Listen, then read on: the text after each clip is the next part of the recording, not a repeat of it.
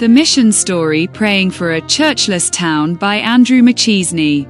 As a boy, Jerry traveled with his father from town to visit church members on the Indonesian island of Papua.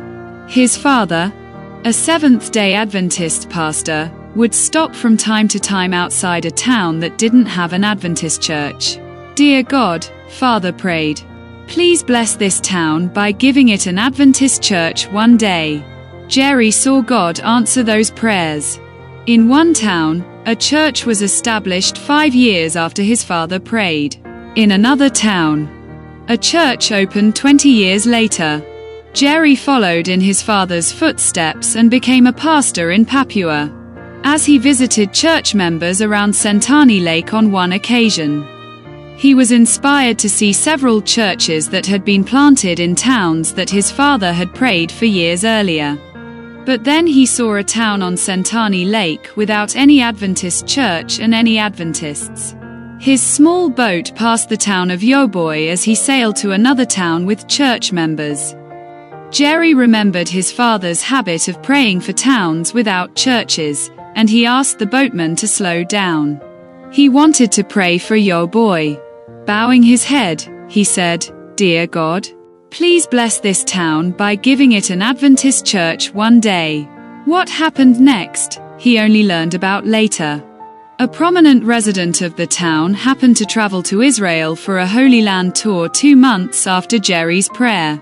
The man, whose name was Thonce, looked out the window of his Jerusalem hotel as the sun set and noticed unusual activity on the street. A siren blasted, and buses sped to their stations. Then everything fell quiet. Thonce looked at his watch and saw that it was Friday evening. He realized that the Jewish people were stopping their work for the Sabbath. Then he remembered that he worked with several Adventists in Papua who also stopped their work from sunset Friday to sunset Saturday to keep the Sabbath. He wondered, the Adventist church worships on the same day as the people of Israel. Why doesn't my church, too? My church claims to worship the God of Israel. He resolved to find answers when he returned home.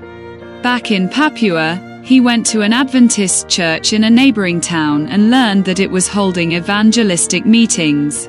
The church's pastor, Jerry, invited Thonce to attend. At the meetings, Thonce found biblical answers to all questions about the Sabbath. He decided to keep the Sabbath, and he and his wife became Seventh-day Adventists. Not long after their baptisms, Jerry visited their home in Yoboi and helped organize a house church. It was an answer to his prayer and the continuation of his father's legacy. "I'm very grateful for the heritage that my dad has left me," said Jerry Jacobs, who is now the pastor of the Adventist Church at Klabat University. "Let's continue to pray that a church building will open in this town one day. Pray for the town of Yoboi in Papua, Indonesia. Pray that the gospel will reach more places on the island, and more churches will be built there. Part of this quarter's 13th Sabbath offering will help spread the gospel in Papua through the construction of classrooms, an administrative building, a library, and an auditorium at Papua Adventist Theology College." The college moved to its current location in Nabaya after its old campus in another part of Papua was destroyed by a flood in 2019. Currently, students meet in classrooms that are on loan from an Adventist academy. Thank you for planning a generous 13th Sabbath offering to support the training of pastors and Bible workers at the college.